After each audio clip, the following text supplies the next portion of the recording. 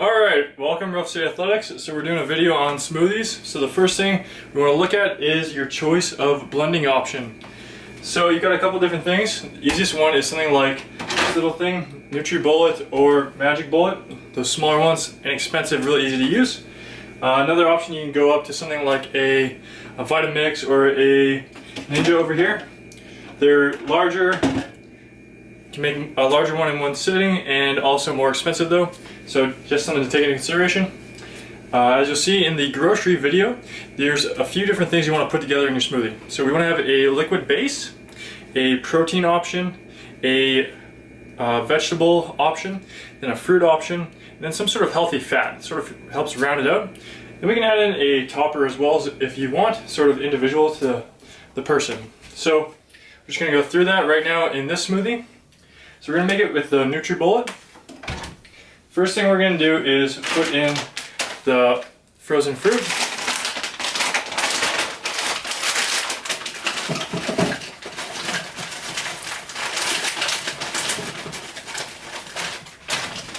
So once you got in that, then you can move on, add in your frozen vegetables of whatever you like.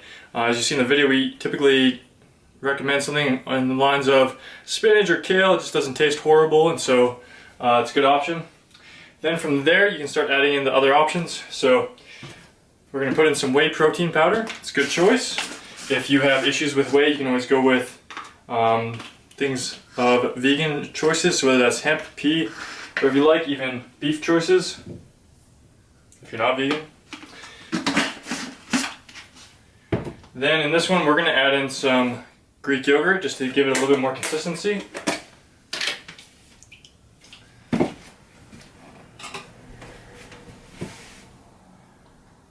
So this is a topper option that you'll see listed.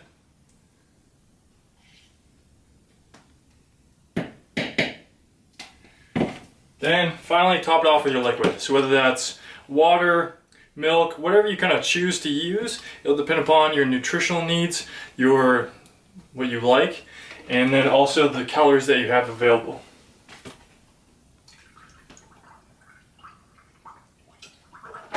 So if you're using fresh fruit, you can also add in ice to give it a little bit more of a texture that you'll generally like. Seal it up. Blend away.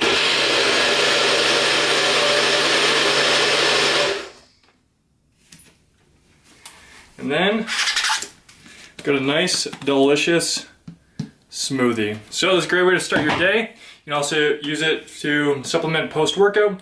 We really recommend that. You'll see in that fat loss series that we talk about utilizing it as sort of a reward after your workouts. And that is your super shakes. So we're just going to go over the liquid content choice. You can always go with just plain water. Other options are things like almond milk, as you can see here, different varieties. You can also go with soy milk, not really one of our preferred options, but it is an option depending upon your nutritional needs. We've also got coconut milk options, lactose-free milk options.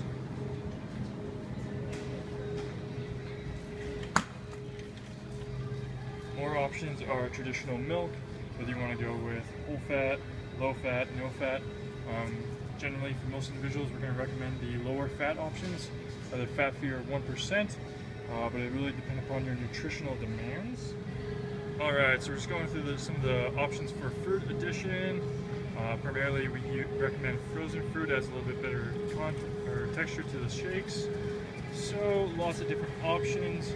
Berries are a big mainstay for me. You can also go with ones like tropical blend, different options.